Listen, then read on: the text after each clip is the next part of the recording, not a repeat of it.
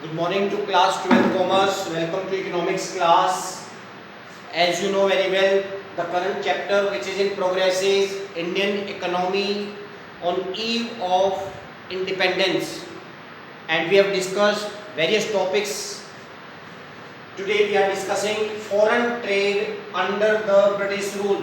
What was the position of foreign trade business with other countries?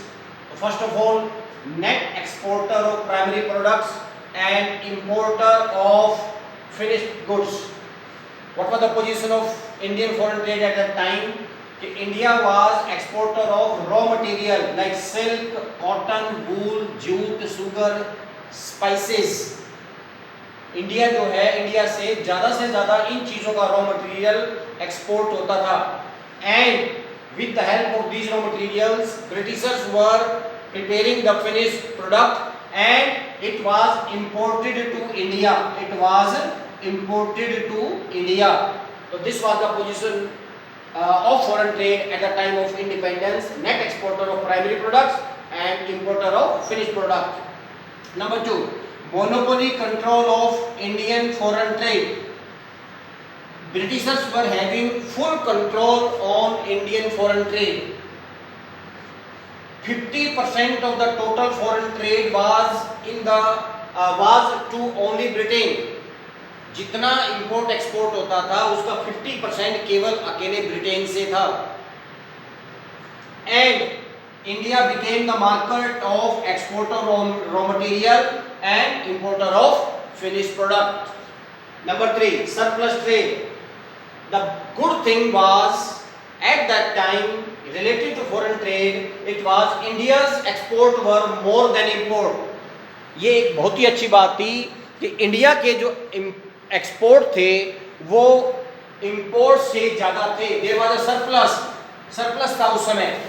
But even it was surplus, whatever surplus was there, that was used by Britishers for their own benefit, for their own administrative expenses.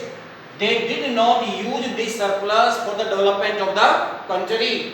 So this was position of foreign trade at the time of on the eve of India's independence. Next topic, sixth topic is demographic profile during British rule. What was the position of India's population at that time? Male, female, children, and about the education. So here first point is birth rate and death rate both were very high. A lot of children were daily taking birth and lot of people were dying daily. That was the position, and due to this high birth rate and high death rate, poverty was at massive level. People were more and more poor because sources of income very less, businesses were not there, most of the people were dependent on agriculture, and birth rate was very high. Due to that, poverty level was increasing continuously.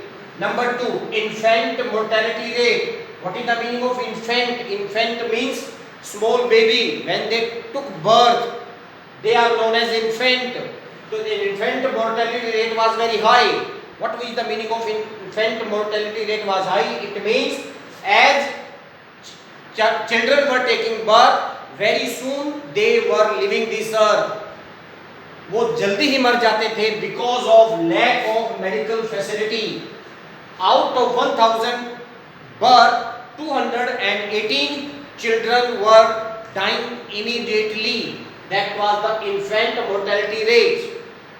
Next, life expectancy. What is the meaning of life expectancy? Life expectancy means for how many years a person will live on this earth. That is life expectancy. So before independence, people were living on an average only for 32 years. On an average, ज़्यादा से ज़्यादा 32 साल तक की आदमी की उम्र होती थी. ऐसा नहीं है कि हर आदमी 32 साल की उम्र में मर जाता था. It was average. And today this average, this life expectancy is 68 years because of more and more advancement of medical benefits. And fourth one is literacy rate. Literacy rate was very poor. What is the meaning of literacy? Literacy means the people who can read and write, who can read and who can put their signature, who can write normal things.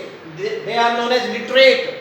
And at that time, among men, 16% men were literate and only 7% women were literate. The rest of the population was completely illiterate. So this was the demographic profile of India during British rule. Next topic, occupational structure. Occupational structure means what? What were the occupations of Indian at that time? In which kind of businesses people were engaged? So here normally occupations are divided into three categories. Before independence also, today also. Primary sector, secondary sector, tertiary sector, as you know very well. So here first we are talking about the agriculture, which is part of primary sector. At that time, whatever total working population was there, working population means who were able to do work. So among the total working population, 72% of the people were engaged in agriculture. Total working population का 72% लोग केवल किसमें busy थे? Agriculture में. And you know very well at that time agriculture was completely uncertain. It was totally dependent on monsoon और rain. If rain was good, agriculture products were also good, otherwise it was failure. So 72% of the people were engaged in agriculture. Next is industry. Industries means manufacturing sector and tertiary sector where the services are provided. Of the total working population, only 9% people were busy in industry, either in secondary sector or in tertiary sector. Both these sectors were at their infant stage. Infant stage means their childhood stage. The growth was very less in both these sectors, and only 9% people were working in that. So this is the position of industry. And third is unbalanced growth. Remember, my dear friends, a country will develop when equal growth take place in all sectors, whether it is primary, secondary or tertiary sector. All these sectors are equally important and they are dependent on each other. So if only one sector develops and other does not develop, how a country can get its growth? So there was unbalanced. Only the little bit growth was there, that was in agriculture only. Secondary and tertiary sector were at their infant position. There was no growth. Due to that, India was not getting development. So this was the occupational structure at that time. Now the next topic is positive impact of British rule. The Britishers ruled India for more than 200 years.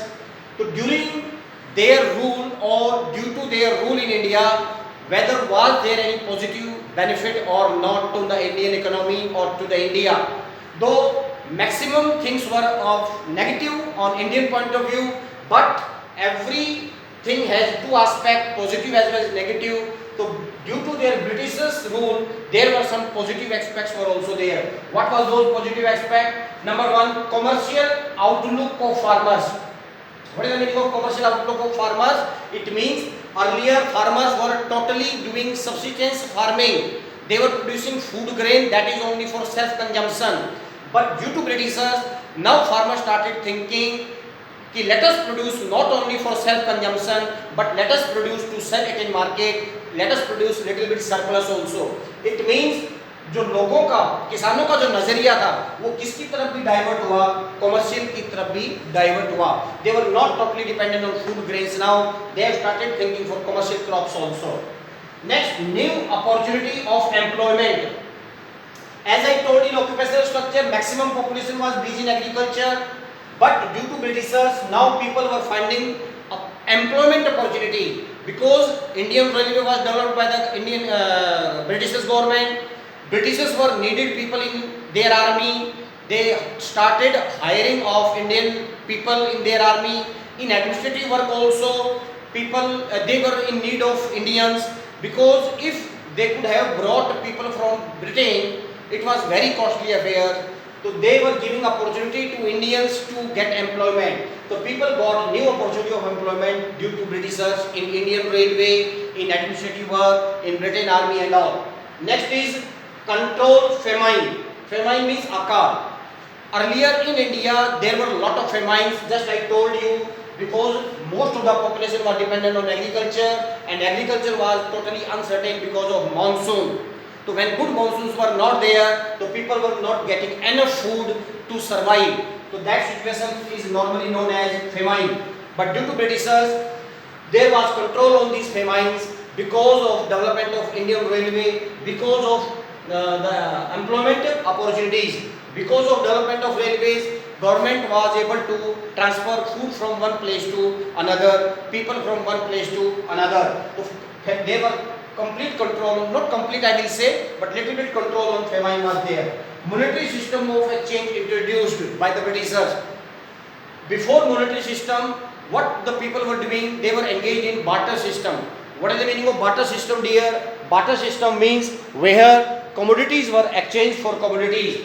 But due to Britishers, people they tried to understand the benefit of monetary system.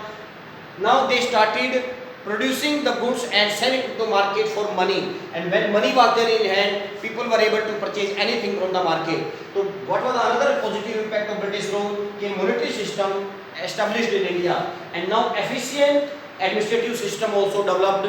People of India, they learned how to control, how to run the system of a country or of a company or of a business. These kind of administrative skills given by the Britishers to India. So this was your another topic, my dear friend. What were the positive impact of British rule? Thank you very much.